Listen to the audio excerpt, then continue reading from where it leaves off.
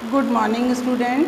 Class 8 SST में हमारी geography की बुक में हम अपना तीसरा चैप्टर डिस्कस कर रहे हैं बच्चों, जिसमें हमने खनिज और शक्ति संसाधनों के बारे में अपना अध्ययन प्रारंभ किया था और हम अपने जितने भी खनिज संसाधनों के बारे में जानकारी ले चुके थे। और कल हमने शुरू किया था हमारे शक्ति संसाधनों के बारे में, जिनको हमने परंपरागत तथा गैर परंपरागत दो भागों में बांटा था। ठीक है, यहाँ तक हमने पढ़ा था। और परंपरागत स्रोतों में हमने ईंधन के बारे में जानकारी ली थी और दूसरा हमने पढ़ा था जीवाश्मी ईंधन। जीवाश्मी ईंधन के अंदर हमने आपको बताया था कि पृथ्वी के अंदर जो दाब और ताप होता है उसके अंदर बहुत सा हमारे पेड़ पौधे वनस्पति जंतु जानवर जो है वो दब गए थे और उससे वे परिवर्तित होकर जीवाश्मी ईंधन के रूप में परिवर्तित हुए, जिनमें बनने में हजारों लाखों वर्ष लगे। और उनमें हमने डिस्कस किया था जीवाश्मी ईंधन में कि कोयला पेट्रोलियम जो है हमारे प्राकृतिक गैस के गैर परंपरागत स्रोत मुख्य रूप से ऊर्जा के माने गए थे। तो आज हम डिस्कस करने जा रहे हैं सबसे पहले ऐसे ही जीवाश्मी ईंधन के बारे में, जिसका नाम है कोयला, जिसे हम भली भांति परिचित हैं। बहुतायत में प्रयोग में लिया जाने वाला ये जीवाश्मी ईंधन होता है। आपने जगह जगह पे स्थानों पर देखा होगा, अंगीठियों में काले रंग का ये होता है और कोयला जलाया जाता है। कोयला कई प्रकार के हमारे किस्में पाई जाती है, लिग्नाइट है, कच्चा कोयला, धोक का कोयला, अलग अलग तरह के नाम हैं जो अपनी अपनी गुणवत्ता के कारण होते हैं। जिससे हम कई अब अपनी भाषा में बोलते हैं तो कोई उसको पत्थर का कोयला बोलता, कोई कच्चा कोयला बोलता, कोई लकड़ी का कोयला बोलता। तो कई तरह के कोयले होते हैं। काले रंग के ईंधन के रूप में ज़्यादातर हमने इनको पकाने के प्रयोग में लेते हुए सामान्यतः हमने देखा है। लेकिन ये इंडस्ट्रियल उपयोग, अब जो कोयला है बहुत ही महत्वपूर्ण और बहुतायत में प्रयोग लिए जाने वाला ईंधन है। इस ईंधन के रूप में इसका प्रयोग करते हैं। जो हमारी इंडस्ट्रीज़ होती है, इंडस्ट्रीज़ में कोयला पावर के रूप में, शक्ति के रूप में काम में लिया जाता है। किसी भी चीज़ को गर्म करना है, पिघलाना है। फॉर एग्जांपल इंडस्ट्रीज़ में जैसे लोहा और इस्पात जब बनाया जाता है तो बड़ी बड़ी भट्टियों में कोयलों के माध्यम से जो हमारा अयस्क के रूप में लोहा प्राप्त होता है उन्हें वहाँ पर गर्म किया जाता है और लोहे को ठोस रूप में प्राप्त किया जाता है। वाष्प के इंजन जो हैं वो बनाए जाते हैं। इससे कोयले से आजकल विद्युत निर्माण का कार्य, विद्युत शक्ति बनाने का भी कार्य किया जाता है, जिसको कि हम इम्पॉर्टेंट चीज़ है, विद्युत बनाने के काम में भी कोयले को प्रयोग में लिया जाता है। जिसे कोयले से विद्युत प्राप्त की जाती है उसको हम तापीय ऊर्जा कहते हैं। क्या कहते हैं उसको हम? तापीय ऊर्जा। तो प्रश्न बनता है यहाँ पर कि कोयले से प्राप्त विद्युत ऊर्जा को कौन सी ऊर्जा बोलते हैं? तो आप लिखेंगे तापीय ऊर्जा। मैंने यहाँ पर देखिए लिखा है, प्रश्न बनता है, याद करके रखें, क्योंकि आजकल मल्टीपल चॉइस के क्वेश्चन आते हैं तो आपको छोटी छोटी लाइनों में से प्रश्न बनते हैं, वो याद करने होंगे। तो तापीय ऊर्जा कहते हैं बेटा, इसका निर्माण कैसे होता है। कोयले के निर्माण की कहानी भी आप लोगों ने बहुत बार सुनी होगी। कहते हैं ना, पृथ्वी की शैल में, परतों में विभिन्न प्रकार के खनिज पाए जाते हैं, बहुत सारे शक्ति संसाधन पाए जाते हैं। तो लाखों वर्षों पूर्व विशाल फर्न और जो हमारी दलदल है पृथ्वी की परतों के अंदर दब गई थी और दबने से ही हमें इस कोयले के निर्माण हुआ, जिसको हमने निष्कासन के बाद बाहर निकाला है। ठीक है, इसे हम अंतहीन धूप के नाम से भी जानते हैं, रूप में भी ये जाना जाता है। अब आता है कि कोयला कहाँ पाया जाता है। कोयला विश्व के संसार के जगह मैप में हमने पहले भी बताया था, बहुत सारी जगह है। तो विश्व के अंदर बात करते हैं तो चाइना है, संयुक्त राज्य अमेरिका जिसको हम यूएसए बोलते हैं, जर्मनी है, साउथ अफ्रीका, यहाँ पर बहुतायत में ये कोयला पाया जाता है। भारत की अगर बात करते हैं तो भारत के अंदर भी कुछ क्षेत्र हैं, जैसा कि आपकी स्टोरी यहीं से शुरू हुई थी बुक लेसन की, कि वो जा रही थी, उसको काली काली जगह दिखाई दे रही थी, तो वहाँ पर कोयला क्षेत्र था। तो रानीगंज पश्चिम बंगाल में झरिया है, धनबाद जिला है हमारा, बोकारो झारखंड, आपने देखा होगा बोकारो में स्टील प्लांट है। स्टील प्लांट क्यों है वहाँ पर, क्यों लगाया गया बोकारो स्टील प्लांट? क्योंकि स्टील प्लांट के लिए कोयला बहुत इम्पॉर्टेंट शक्ति संसाधन है जो कि इंडस्ट्री में काम लिया जाता है। तो जनरली इंडस्ट्रीज उस स्थान पे ही होती हैं जहाँ शक्ति संसाधन बहुत आसानी से मिलते हैं। तो कोयला ढोने में बहुत भारी होता है बेटा, आपको मैं बता दूं, तो ढोने में भारी होता है तो उसकी कैरिंग कॉस्ट बहुत ज़्यादा हो जाती है। तो बजाय इसको हम उठा कर दूसरे स्थान पर ले जाएँ, हम इंडस्ट्रीज़ को ही क्या करते हैं, जहाँ पर कोयला बहुतायत में पाया जाता है वहाँ पर हम इंडस्ट्रीज़ को एस्टेब्लिशमेंट करते हैं। तभी तो हमारा बोकारो स्टील प्लांट है, वो आपने देखा कि कोयले के जो खादान है उनके निकट स्थापित किया गया है ताकि उसको अपनी पावर्स का प्रयोग करने के लिए संसाधन के रूप में उपयोग में लिया जा सके। तो भारत और विश्व के अंदर कहाँ कहाँ कोयला पाया जाता है उसके बारे में मैंने आप सभी को ये जानकारी दी है। ठीक है, कोयला जब हम गर्म करते हैं तो उसमें कार्बन डाइऑक्साइड धुआं के रूप में निकलती है, लेकिन फिर भी थोड़ा ये सस्ता है कंपैरेटिवली और हमारे ईंधन है उनके मुकाबले में, इसलिए ये बहुत ही ज़्यादा यूज़फुल है, बहुत आयत में ये पाया जाता है और विद्युत बनाने में भी इसका बहुत ज़्यादा काम में लिया जाता है, लेकिन प्रदूषण करने में इसका बहुत ही मोस्ट इम्पॉर्टेंट रोल होता है।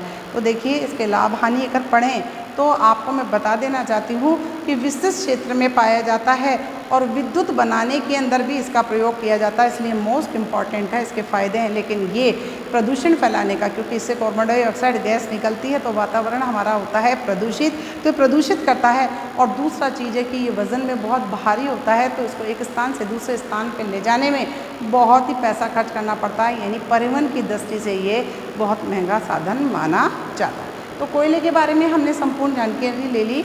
अब हम चलते हैं हमारे दूसरे जीवाश्मी ईंधन के बारे में, जिसका नाम है पेट्रोलियम। बेटा, पेट्रोलियम के बारे में आपने पेट्रोल, डीजल सुना होगा, केरोसिन, हमारे लुब्रिकेंट्स ऑयल जो हम डालते हैं मोटरसाइकिलों में, गाड़ियों के अंदर, तो आपने डाबर सुना होगा, जिससे सड़कें बनाई जाती हैं, आपने स्नेहक के रूप में ऑयल्स देखे होंगे, इसके अलावा मोम देखा होगा, है ना।